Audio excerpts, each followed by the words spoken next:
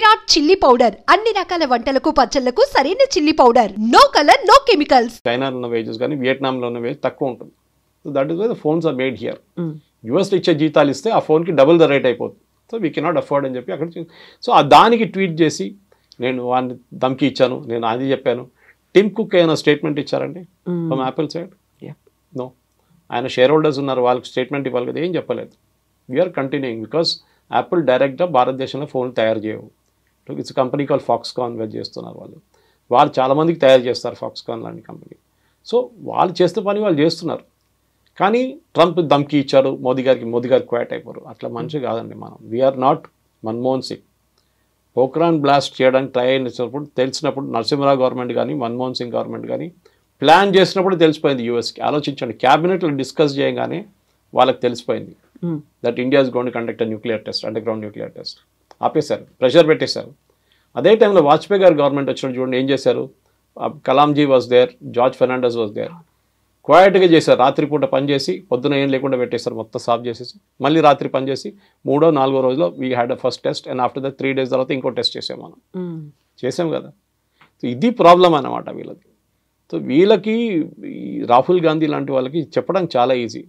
Pressure పెట్టారు దానికోసం ఆపేసామని చెప్పేసి. ఎన్నిసార్లు యూఎస్ మన మీద ప్రెషర్ పెట్టారు మనకే తెలుసు. షిమ్లా అగ్రిమెంట్ ఎవరు చేయించారండి? ఇందిరాగాంధీతోని, జుల్ఫికర్ అలీ భుట్టోతోని.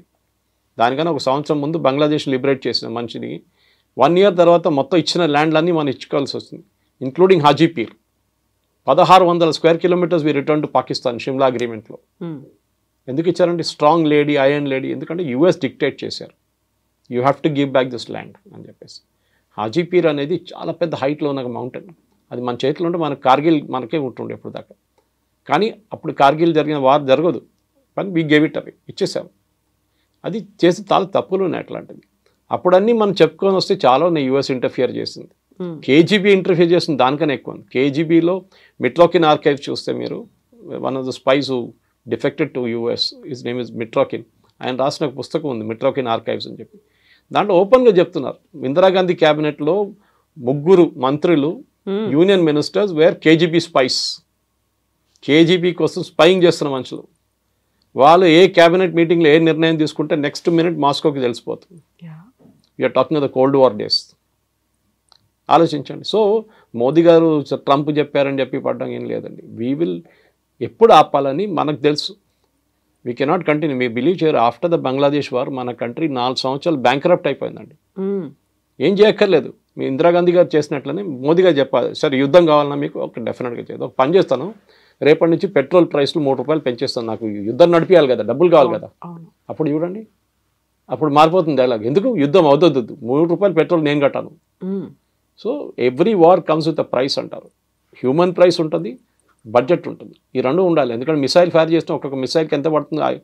S-400ది $1 million పడుతుంది. So you cannot afford it. So కావాలంటే నడిపిస్తాం, కానీ ఏమండి, what is the end? Russia Ukraine కొట్టుకున్నట్లు కొట్టుకుంటే పోతాం, వాళ్ళు మన మీద వేస్తారు, మనం వాళ్ళ మీద వేస్తాం, మళ్ళీ వాళ్ళు మన మీద వేస్తారు. చిన్నపిల్లల ఆట కాదు కదా. So you have to have that maturity. అదే మళ్ళీ రిటర్న్ అదే పాయింట్కి వస్తాం అనమాట. ఎమోషనల్ మెచ్యూరిటీ లేదు. ఏదైనా మన ఇంట్లో కూడా డిస్కస్ చేస్తున్నప్పుడు కూల్గా ఆలోచించాలి ఏదైనా కానీ. Something similar should be done when you are dealing with politics also. So ఇప్పుడు మనం పాకిస్తాన్ నుంచి ఇక్కడికి వచ్చిన వాళ్ళు అక్రమంగా ఉన్నారు, లేకుంటే వీసా గడువు ముగిసిపోయింది, ఇమ్మీడియట్గా వాళ్ళని పంపించేసాము ఒక డెడ్ లైన్ అనేది పెట్టుకొని. ఇప్పుడు అలాంటి గడువే మే 30 వరకు ఉంది. వివిధ దేశాల నుంచి అక్రమంగా మన దగ్గరకు వచ్చిన వాళ్ళు అథెంటిక్గా వాళ్ళు ఉంటే ఓకే, అదర్వైజ్ మీరు వెళ్ళిపోండి అనే మాట. ఇప్పుడు ఇక్కడ ఒక రకమైనటువంటి కాన్ఫ్లిక్ట్ ఏమైనా కనిపిస్తుందా? వివిధ దేశాల నుంచి వచ్చారు, అందులో చాలా వరకు రోహింగ్యాలు వీళ్ళంతా ఉన్నారు, అందులో వాళ్ళ మీద సర్జికల్ స్ట్రైక్ చేయాలి అనేటువంటి ఒక మాట కూడా గతంలో వినిపించింది. సో ఇక్కడ ఇంటర్నల్గా ఇంతమంది ఉన్నారు అనుకున్నప్పుడు డీల్ చేయాల్సింది ఎలా అంటారు? స్ట్రాటజీ ఎలా ఉండాలంటారు? మా యూఎస్ ఏం చేస్తున్నారండి, ఇల్లీగల్ వీసా పంపించేస్తున్నారు కదా అందరినీ. అలాంటిది మనం ఇప్పటిదాకా చేయలేదు కదా. చేయలేదు, అది ప్రాబ్లం.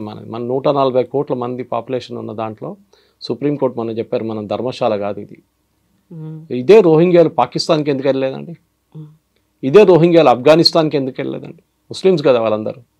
సౌదీ అరేబియా తీసుకోవాలండే వాళ్ళని, యూఏఈ తీసుకోవాలండే, open arms please come.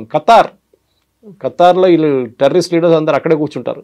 Muslim Brotherhood కానీ, ఐసిస్ కానీ, అల్ఖైదా కానీ, హమాస్ వీళ్ళందరూ ఖతార్ తీసుకోవాలండే, బహరీన్ తీసుకో. ఓపెన్గా యాక్సెప్ట్ చేయాలి. రండి మీరు రోహింగ్యా ముస్లిం, మాదే ముస్లిమ్స్, యూఆర్ సేమ్. వాళ్ళు తీసుకోకుండా భారతదేశంలో వచ్చి కూర్చున్నారు ఎందుకండి? నాకు అర్థం కాదు. అండ్ పంపిస్తే వీళ్ళేమో కాలిన్ గన్జాల్స్ లాంటి వాళ్ళు సుప్రీంకోర్టుకి వెళ్ళి బోట్లో తీసుకెళ్ళి, అండమాన్లో తీసుకెళ్ళి థాయిలాండ్ దగ్గర పడేశారు, మయన్మార్ దగ్గర పడేశారు అంటున్నారు. మన దేశంలో ఇల్లీగల్గా వచ్చారు, మీరు లీగల్గా రాలేదు. యుఎన్హెచ్సిఆర్ కార్డ్స్ ఇచ్చారు, United Nation Human Rights Commission, కానీ we are not a signatory to that commission. మేము యాక్సెప్ట్ చేయం. యాక్చువల్లీ ఇదే సుప్రీంకోర్టు 2 నెలల ముందు రోహింగ్యా పిల్లలకి అడ్మిషన్ ఫ్రీగా ఇవ్వాలని చెప్పి ఢిల్లీ స్కూల్స్కి ఆర్డర్ ఇచ్చారు. మన పిల్లలకి లేదు, ఇండియన్ పిల్లలకి ఆట వాళ్ళు అసలు పట్టించుకోరు. రోహింగ్యా పిల్లలకి అడ్మిషన్ ఇవ్వాలని చెప్పి సుప్రీంకోర్టు, కానీ వాళ్ళ మాట తీర్పు అంతా మారిపోయింది ఎక్కడ? ఈ కాన్ఫ్లిక్ట్ మొదలైన తర్వాత.